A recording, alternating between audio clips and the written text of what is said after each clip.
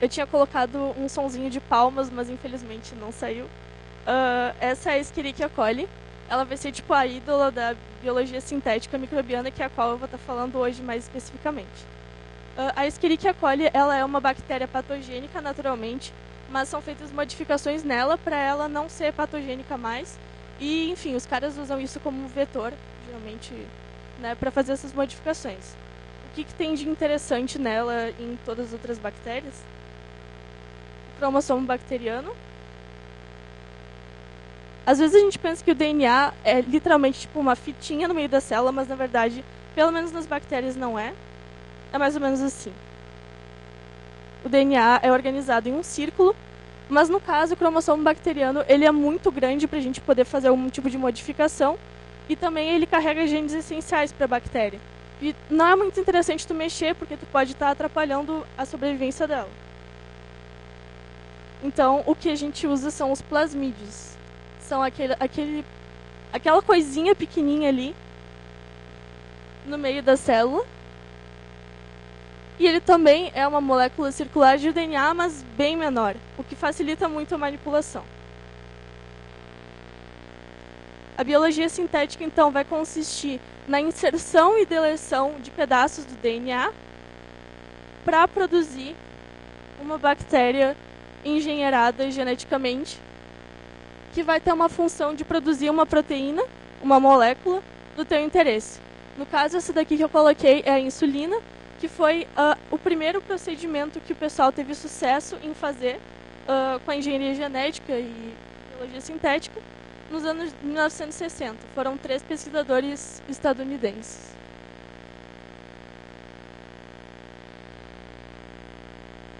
Explicando um pouco melhor sobre os plasmídeos, tem essa imagem maior zona que mostra o cromossomo bacteriano, dá para ver que ele é muito maior que os plasmídeos, e os plasmídeos ali do lado, que vão ser moléculazinhas de DNA bem menores e que a gente vai estar usando para fazer as modificações. Eles estão presentes em bactérias e árqueas perdão se alguém aqui é biólogo, mas árqueas são tipo bactérias, só que elas vivem em condições extremas, tipo em lugares muito salinos ou em condições muito elevadas de temperatura. Como eu falei, vão ser moléculas circulares de DNA e os plasmídeos, eles geralmente não têm nada a ver com a sobrevivência mais restrita da bactéria. Eles vão configurar genes não essenciais. Esse também é um motivo da gente estar usando, né? Geralmente eles vão estar relacionados à resistência bacteriana, à resistência a antibióticos. Eles vão ter uma origem de replicação, porque imagina, se tu vai programar, sei lá, tu não pode começar no meio do código, né? Tu tem que começar de, sei lá, do início. O plasmídio também, ele vai ter um ponto de partida da onde vai ser lido todo o código. Ele pode ter replicação constante mediante um estímulo, que eu logo vou explicar. E ele também, a replicação dele é independente do cromossomo. Aqueles processos de transcrição e tradução vão ser independentes do cromossomo bacteriano, que vai ser o cara maior lá, né, relacionado à sobrevivência. Ali do lado eu trouxe um esquema de como é que a gente transforma esse plasmídio. Imaginem que o plasmídio, como eu disse, é uma moléculazinha circular. A gente vai cortar ele com enzimas, que são moléculas específicas para corte de DNA. E a gente vai introduzir ali o DNA que a gente quer, que pode ser engenheirado, ou pode ser um biobrick, que eu logo vou falar também. E essa conexão vai ser feita por aquilo que eu tinha dito, da adenina se ligar com a timina e a citosina com a guanina, né? Eles vão ter atrações químicas ali que vão fazer com que essas pontas se conectem. E a gente chama um plasmídio engenheirado geneticamente de plasmídio recombinante. Bom, o exemplo que eu trouxe para vocês é o Lac-Operon. Isso daqui é um sistema de, assim, a lactose é um açúcar, só que é um açúcar que é um disacarídeo, ou seja, ele está basicamente,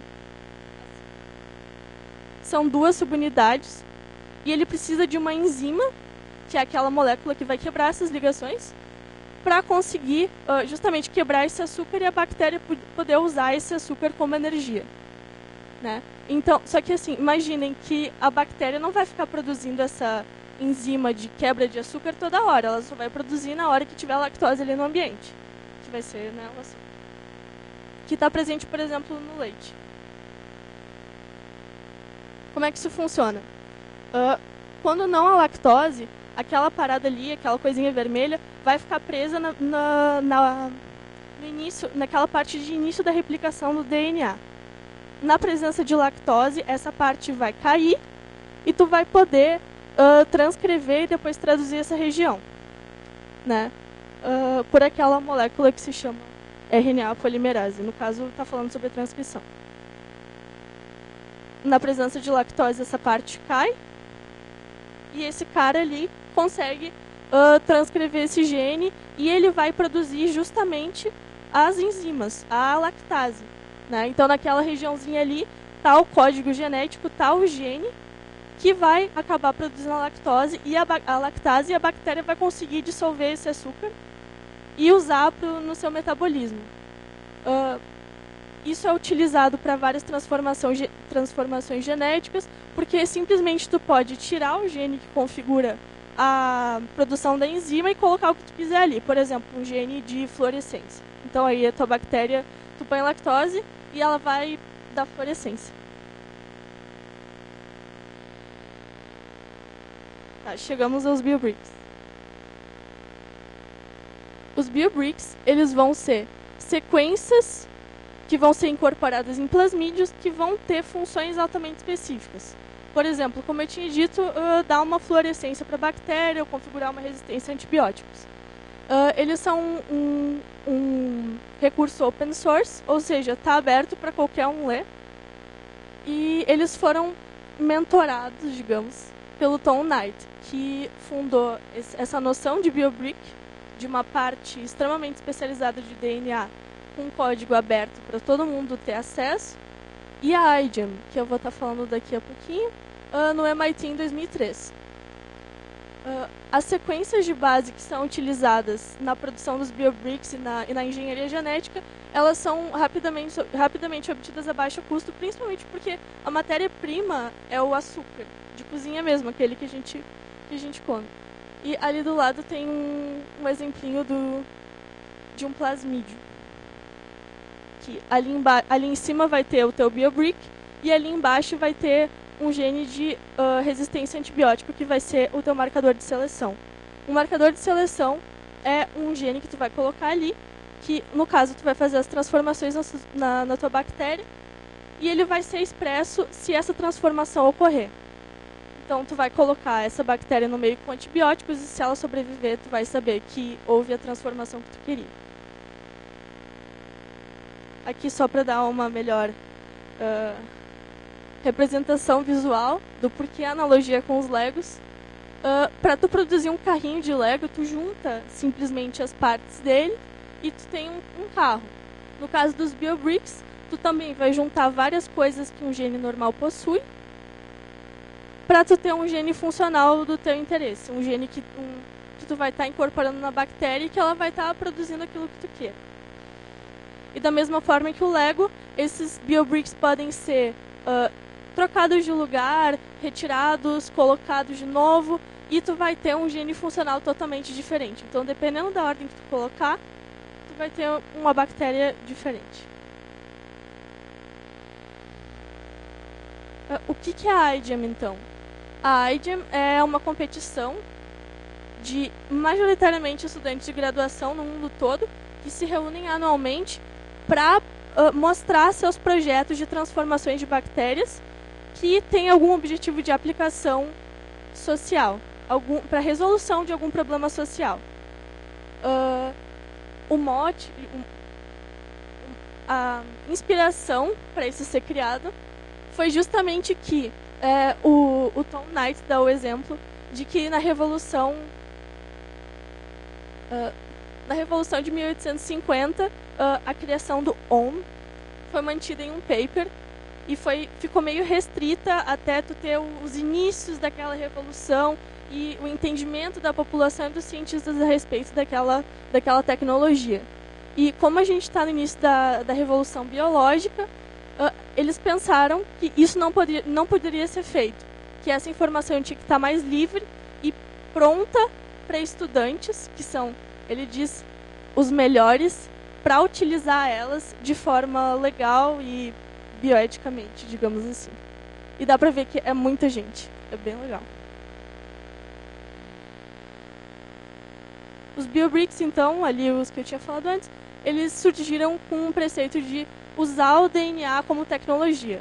Bom, se o DNA codifica coisas, por que a gente não pode inserir o nosso toque de ser humano em cima desse DNA? Por que ele não pode veicular informações que a gente queira? Por que a gente não pode mexer neles? Ele está pronto ali e só esperando, né, que a gente arrume, dê os toquinhos, né? Ele usa como exemplo que um engenheiro elétrico consegue criar aparelhos da área dele em 5 minutos. Agora, na biologia, isso é muito mais difícil. É muito mais complicado. Pelo menos em 2013 era muito mais complicado a gente fazer coisas funcionais usando a tecnologia biológica como base.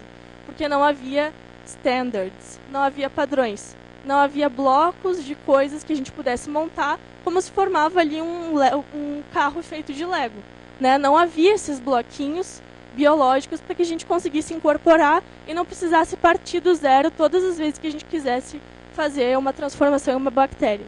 Antes dos BioBricks, se tu quisesse fazer uma bactéria que emitisse fluorescência, tu ia ter que ou escrever o gene tu mesmo, né, para fluorescência, ou de repente ter que lidar com patentes, porque sim, as pessoas patenteiam genes.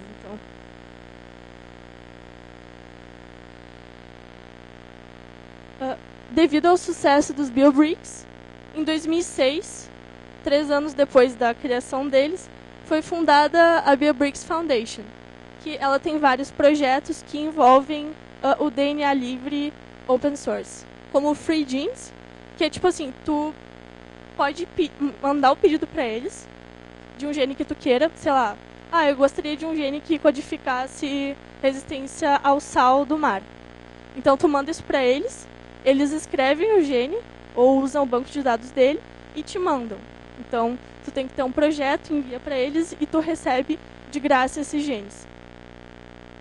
Eles também têm esse OpenMTA, que também é uma comunidade de troca de conhecimentos biológicos e que pode ser utilizada para fins comerciais. Em 2012, essa fundação BioBricks ela foi aberta do MIT, porque foi criada no MIT, depois que teve essa abertura para o público em geral, e ela é gratuitamente ela é aberta para qualquer um usar, e ela preza pela construção de uma comunidade da biologia sintética justa, livre e humana. Para tu poder usar os BioBricks, na verdade tu precisa preencher não é preencher, é assinar esse BioBrick Public Agreement, que basicamente é um acordo que tu faz entre a pessoa que vai estar te fornecendo esses genes, que disponibilizou, que descobriu, que escreveu esses genes no portal, na fundação, e a pessoa que vai estar, né, enfim, o usuário ele se compromete a não usar isso para bioterrorismo e também atribuir crédito, enfim, para a pessoa que descobriu ou desenvolveu, se a pessoa pedir, né? E o contribuidor ele também promete não cobrar nenhum direito sobre aquilo ali futuramente, né? Porque imagina, seria muito fácil uma pessoa tá com um gene ali, disponibilizar ele, mas depois de um certo tempo pedir, não, eu quero 4 milhões de dólares pelo meu gene de emitir cor azul, sei lá. Então ele tem esse comprometimento entre as duas partes. E também uma coisa interessante é que não tem uma give back clause, ou seja, a fundação não pede nada em troca para a pessoa que está usando desse gene. Ela não pede, tu precisa colocar teu produto no mercado e tu precisa me dar 5 mil dólares depois dele estar sendo produzido. Não, tu pode usar isso de forma livre, de verdade. Alguns probleminhas. Eu coloquei essa imagem mais porque é impactante, tá? Porque isso daqui é a biotecnologia padrão. Monsanto, essas porcarias aí que a gente não gosta. E por que eu coloquei isso? Porque um dos empecilhos da biotecnologia sintética aberta é justamente tu fazer com que as empresas e os pesquisadores invistam nela, né? E as empresas, principalmente, que desenvolvem muitas tecnologias, mas que acabam não disponibilizando ela para o público em geral, porque lucro. Né? Além disso, é meio difícil manter a abertura desses biobricks depois que eles são estabelecidos ali no site, porque tu pode colocar, mas tu também pode remover dessa abertura. E alguns biobricks eles podem ser patenteados. Mas, no caso, os pesquisadores eles abrem mão dessa patente quando tu faz aquele acordinho. Por isso que eu não acho que é um empecilho, assim, porque se tu estiver usando os biobricks, eles vão estar livres para tu poder fazer o que tu quiser e tu não vai precisar pagar nenhum tipo de patente.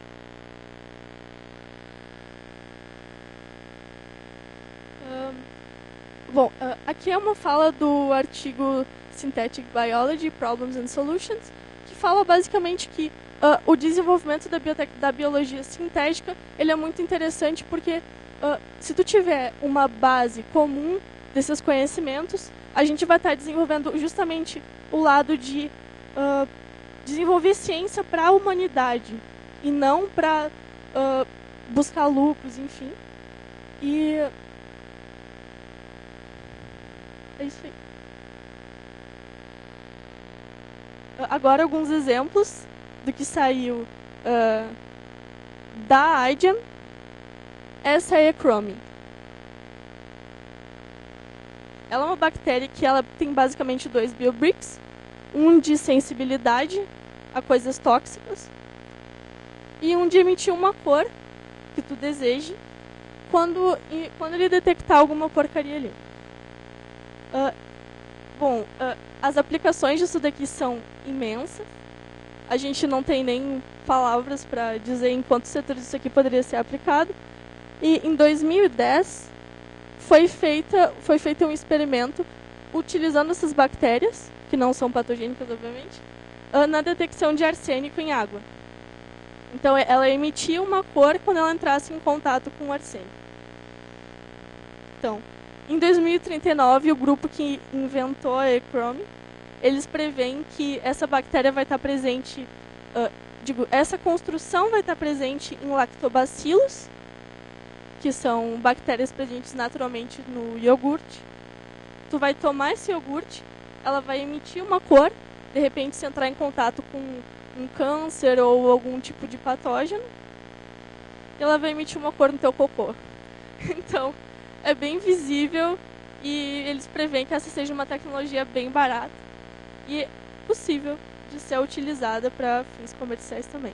Esse é o Alenadra, ele é um dos criadores do TecnoX, que eu vou falar daqui a pouco, e ele também fez um projeto parecido ali na detecção de arsênico na água.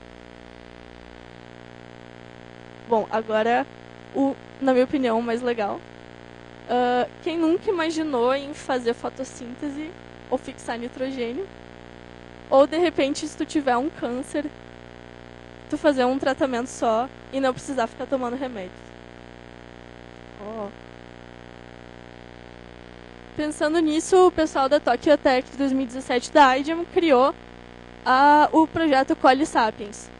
Basicamente, se tu colocar uma cultura de células da E. coli com uma cultura de células epiteliais de um ser humano, a população de E. coli vai crescer num nível exponencial e vai acabar matando e roubando nutrientes das células epiteliais. E eles conseguiram fazer um jeito disso não acontecer. Tipo, eles mediaram o contato entre bactérias e as células epiteliais para elas conseguirem coexistir pacificamente. E aí eles dizem, né, que as aplicações dessa tecnologia no futuro pode fazer com que talvez a gente esteja assim daqui a alguns anos. Esse aqui é o projeto Plastic Republic, ele foi feito pela University College de London em 2012, eu acho. E ele consiste na modificação de uma bactéria inserindo 5 biobricks. Um para detecção de plástico, outro para aglomeramento, outro para degradação, flotabilidade, e também um biobrick de resistência ao sal do mar. Eles literalmente colocaram isso no oceano e serve justamente para tu agrupar plástico e microplástico de forma a formar ilhas. E essas ilhas são muito mais fáceis de tu conseguir remover e degradar, né? Então, foi um projeto focado na limpeza dos oceanos. Esse aqui é o Organofoam. Ele é um pouquinho mais diferente dos outros que eu estava falando, que eram com bactérias. Esse daqui, o pessoal utilizou fungos para produzir um material semelhante ao isopor. Ele, ele funciona... O fungo cresce, eles secam esse fungo e vira um material super leve e próprio para uso. De fato, ele até já é produzido em várias empresas. Isso aqui daí, né? Empresas. Mas, enfim, como a Ecovative, que é estadunidense. E eles usam isso, eles fizeram parceria com o pessoal da IDEM e eles usam essa tecnologia na produção de pranchas de surf. Bom, agora, para trazer um pouquinho de Brasil para esse meio. O Brasil, sim, é bastante presente nas competições da IDEM.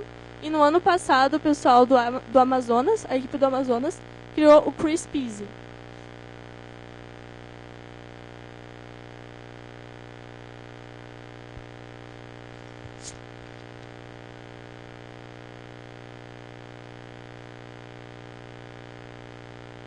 Como eu tinha falado antes, tem como tu modificar lá os plasmídeos usando enzimas que vão cortar sequências de DNA para tu poder inserir aquelas que tu queira.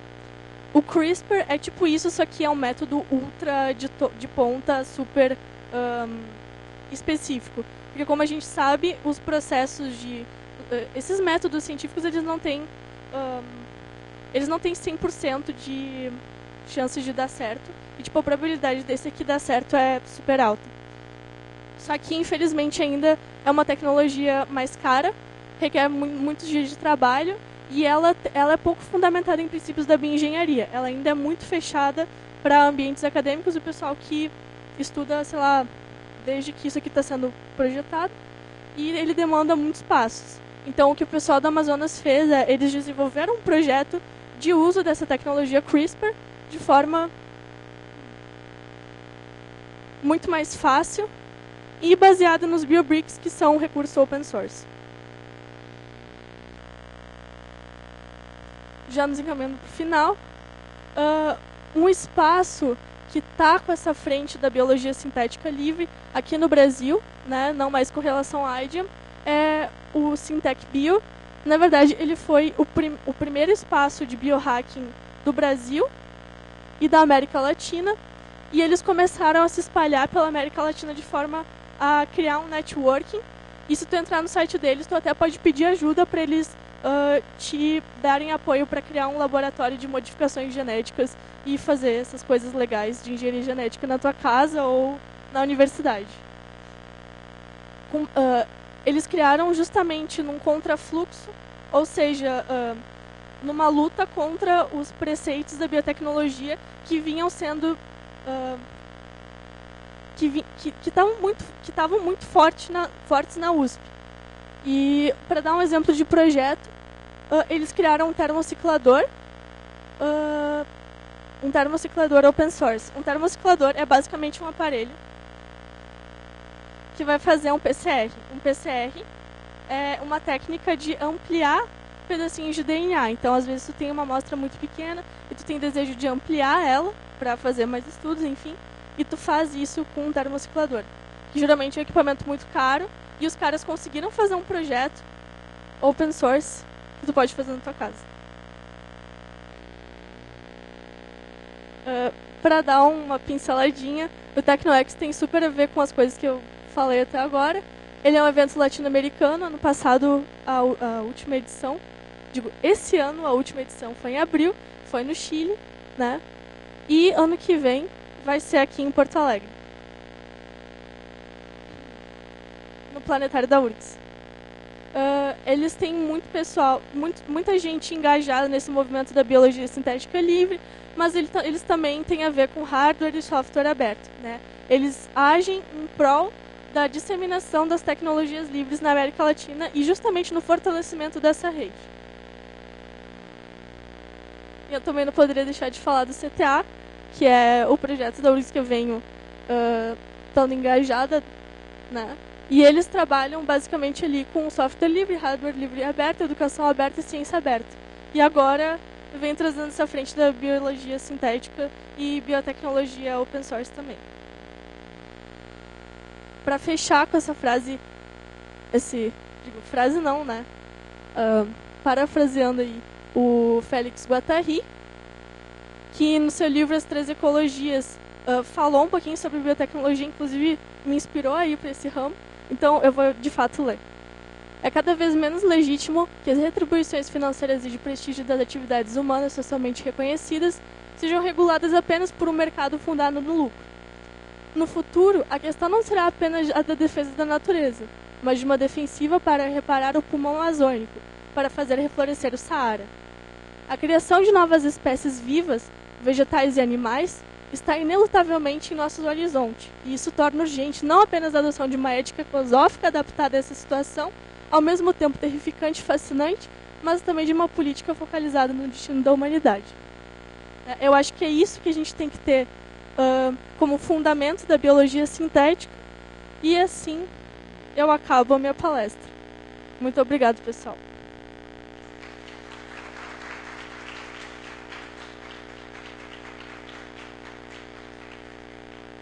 Aquilo ali são placas de bactérias coloridas que o pessoal escreveu, né, usou elas para fazer uma artezinha legal. E agora eu acho que a gente pode abrir para as perguntas. Eu não sei se alguém tem. É esse o microfone. Eu não entendi muito bem o que é aquele BioBricks Foundation. Ele te dá um jeito tipo de um bank, assim, num formato fácil? O BioBricks Foundation, na verdade, ele é uma fundação que tem vários projetos que trabalham com a biologia sintética livre. Então, eles não são de fato os BioBricks, mas eles são sim um desenvolvimento, tipo, por causa do sucesso dos BioBricks, surgiu a BioBricks Foundation, que apoia a IGEM e outros projetos de biologia livre. Era isso? Quando você comentou que você pode pedir um gene para ele, e ele te dá esse gene mais ou menos como a gente pega os genes dos genes. É tipo isso, sim. Eles vão escrever a sequência que tu quer e vão te enviar para tu poder fazer o teu uso. Tudo bom. Na verdade, advogado do diabo. O que isso poderia ser utilizado para o mal? Isso poderia, por exemplo, gerar doenças, gerar problemas com animais, ou até como ele falou, trazer animais antigos que não seriam bons, ou até um vírus antigo. O que tu acha disso? Poderia ser utilizado? Isso é perigoso, não é? O que tu acha?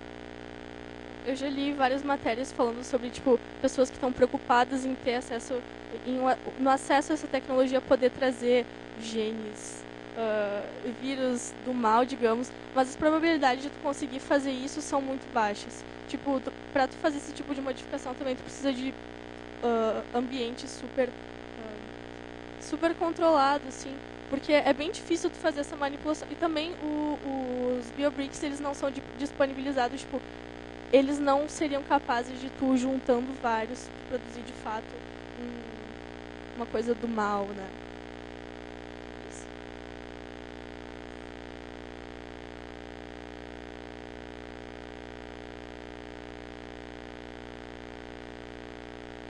Inclusive, só fazendo uma parte, eu sou o Leonardo, sou do Centro de Tecnologia Acadêmica também. Vou apresentar, às vezes eu esqueço. A gente também está puxando, inclusive, no TecnoX, que vai ser de organização do CTA, eu e a Luísa, a gente, em março do ano que vem, de 11 a 15 de março, justamente essas discussões, porque talvez não essa, mas outras implementações, certamente, da biotecnologia podem ser bem nefastas e perigosas, né? E a gente puxa também, justamente no evento, como uma linha central, a ética, direitos humanos e tecnologias livres, né? Porque justamente isso, quando tu fala de abertura e de liberdade, tu está sensibilizando, né? Tanto na biotecnologia como em outras áreas.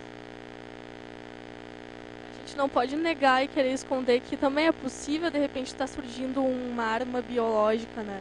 Mas justamente essas discussões são importantes para a gente conseguir fazer com que essas coisas não ocorram, né? Pensar em jeitos de cancelar isso, digamos. De que forma, com a educação das pessoas, com as vivências, isso pode ser barrado. Uma pergunta que eu tenho, que é de quem não se aprofundou muito no tema, e não sei se talvez não perdi no começo da palestra, cheguei atrasado, quais seriam os equipamentos assim que tu consideraria tipo iniciais para a gente ter uma bancada de laboratório de biotecnologia, assim? Por exemplo, para a gente estar desenvolvendo hardware do ponto de vista eletrônico ou mecânico, a gente vai ter, sei lá, os tornos CNC, fresadoras CNC, para fabricação de placa ou de peças mais robustas, e a gente vai ter os softwares lá de desenvolvimento desse tipo de peça. Para a gente fazer biotecnologia, quais seriam, digamos assim, os elementos principais? Eu vi que tu falaste do termociclador, mas imagino que tem outro. Basicamente, tu vai precisar... Digo, não é essencial, tipo, eu não tenho como te dar uma resposta concreta, porque de laboratório para laboratório varia muito, mas um dos problemas que tu tem em desenvolver esses laboratórios são as soluções que são um pouco mais caras, tu precisa comprar de laboratório, né? Mas tu precisaria de um ambiente de laboratório normal, placas para fazer essas transformações. Por exemplo, para tu colocar um plasmídio dentro de uma bactéria, tu precisa de uma certa forma de tipo um choque de calor nela para ela conseguir absorver, então isso também seria um equipamento desses também seria necessário. E dependendo do tipo de biotecnologia que tu vai estar fazendo, tu precisa focar em outras... tipo, a biotecnologia de plantas não vai ser igual à biotecnologia microbiana, que não vai ser igual à biotecnologia animal, né? Então...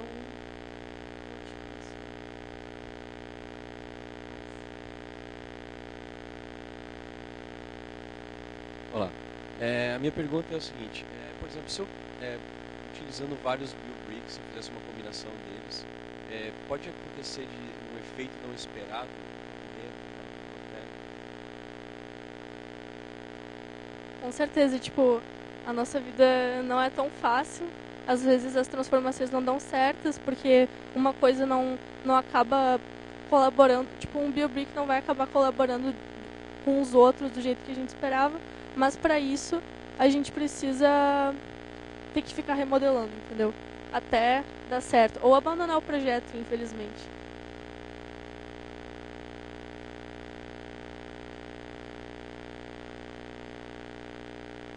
Eu não fui muito claro. O que é um... Oi? Sim, claro, não tem problema. Um biobrick vai ser... Eu tinha dito ali, o DNA ele é programado em letrinhas, né? O biobrick vão ser sequências dessas letras que vão estar codificando proteínas que... Do quê? É uma região funcional. Sim, eu tive que converter esse arquivo. Antes eu tinha colocado ali o que era um gene e o que é um genoma. Infelizmente, não acabou saindo ali. Mas os biobricks justamente vão ser genes. O que é um gene? Vai ser uma região funcional do DNA. Porque o nosso material genético, ele não é 100% funcional. Tipo, não são todas as regiões, todos esses conjuntos de letrinhas que vão acabar produzindo uma proteína no nosso corpo. Na verdade, essas regiões são muito pequenas e a gente tem mais, tipo, imagina tu pegar um teclado de ATCG e só ficar fazendo assim, né? Tipo, clicando qualquer letra aleatoriamente. É basicamente isso, o DNA e algumas regiões que vão codificar, de fato, coisas que tu queira.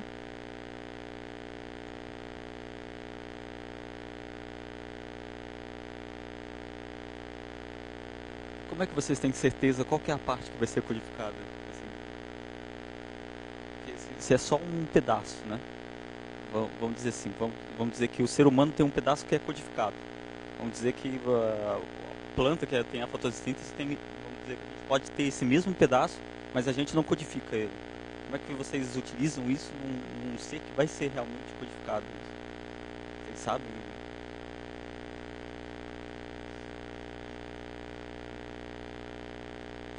Na verdade, o genoma humano e dos outros organismos ainda é meio desconhecido, mas a gente vê isso principalmente por metilação e acetilação de partes do DNA. O que que é isso? Basicamente, o DNA vai ser aquela fita, mas algumas partes vão estar livres para leitura, ou seja, vão estar estendidinhas, bonitinhas. E sem aqueles empecilhos que eu tinha mostrado ali, tipo, no Lac Operon que eu tinha mostrado, tinha uma coisa bloqueando a leitura daquele DNA, né? E outras regiões vão estar, tipo, todas emaranhadas por causa das interações eletrostáticas, eletroquímicas. E essas regiões vão acabar não sendo transcritas nem traduzidas, configurando assim uma parte não funcional do gene. Só para dar uma pinceladinha, nas pontas dos nossos cromossomos a gente tem os telômeros, que são regiões que não codificam nada, tipo só um monte de letra, e eles servem para proteger o DNA, porque naqueles processos de transcrição e tradução, quando eles são feitos, o DNA vai encurtando. É meio estranho, mas isso vai acontecendo de fato. E isso é uma das principais causas do envelhecimento das pessoas. E também mutações neles existem nos câncer, em vários tipos de câncer. Então, a gente sabe que aquela vai ser uma região que não vai estar sendo transcrita e que logo não vai estar produzindo uma proteína, né? O que configura justamente a definição de um gene, produzir a proteína.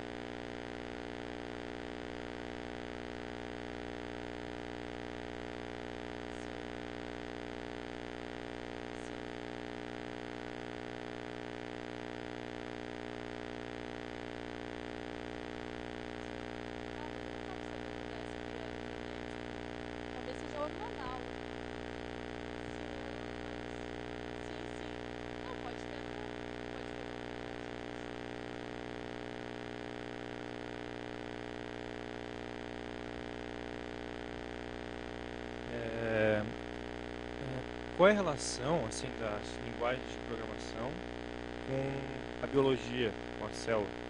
Em quais situações que eu vou usar a programação na biologia, por exemplo? Eu poderia, por exemplo, ter uma função para a célula secretar água, por exemplo? Tem como fazer isso? A programação está em código genético é basicamente programação, só que em vez de tu ter um código limpinho ali, que vai, tipo, todo ele vai codificar um site ou um software, sei lá, o DNA tem essas partes que não vão codificar, que vão codificar. Então, tu pode escrever um gene, só que é bem difícil, né? E o que os pesquisadores mais fazem é procurar na natureza organismos específicos, tipo, tá lá nadando no meio do mar e vê uma coisa com, sei lá, cor azul muito forte. Ele vai lá, pega uma amostra, vê, né?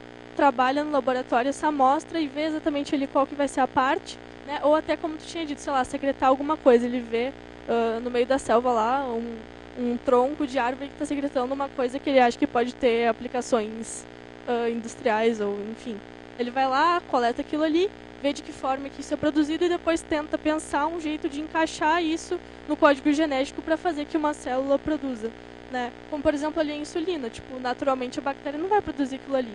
Mas tu modificando ali alguns genes com a programação do DNA, né, com aquelas letras A, T, C, G, sintetizando esse DNA e inserindo na bactéria, tu vai fazer com que ela produza aquilo, né?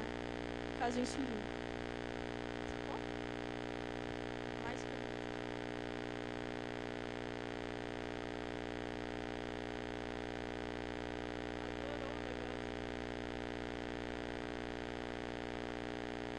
um if? Sim. Isso aqui geralmente é muito mais complicado, tipo, um gene, ele tem... geralmente, tipo, as ações dos genes, elas não são restritas, né? Um gene tem ação em muitos outros, e talvez não seja tão simples quanto um if, mas os biobricks estão mais nessa ideia de coisa mais certinha, né? Então, justamente fazendo com que a gente pense melhor nesse jeito da biologia ser uma coisa mais standard, em vez de ficar tentando, sei lá, fazer coisas malucas. Isso.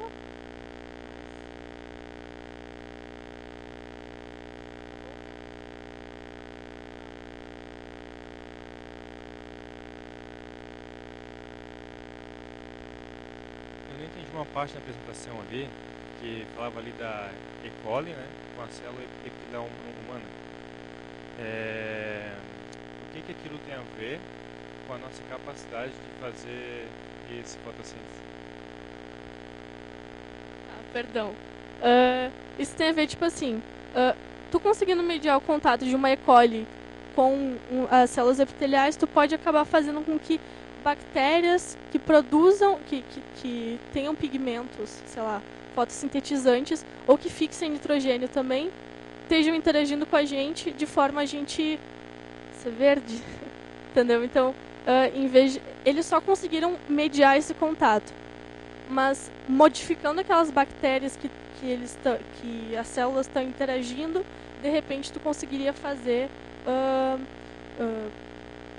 a fotossíntese, né? Porque tem bactérias que fazem e elas vão ter esse pigmento, então não seria de fato, tipo, eu acho que tu não seria verdão, de verdade, assim, tipo, como tava ali, mas seria alguma coisa parecida.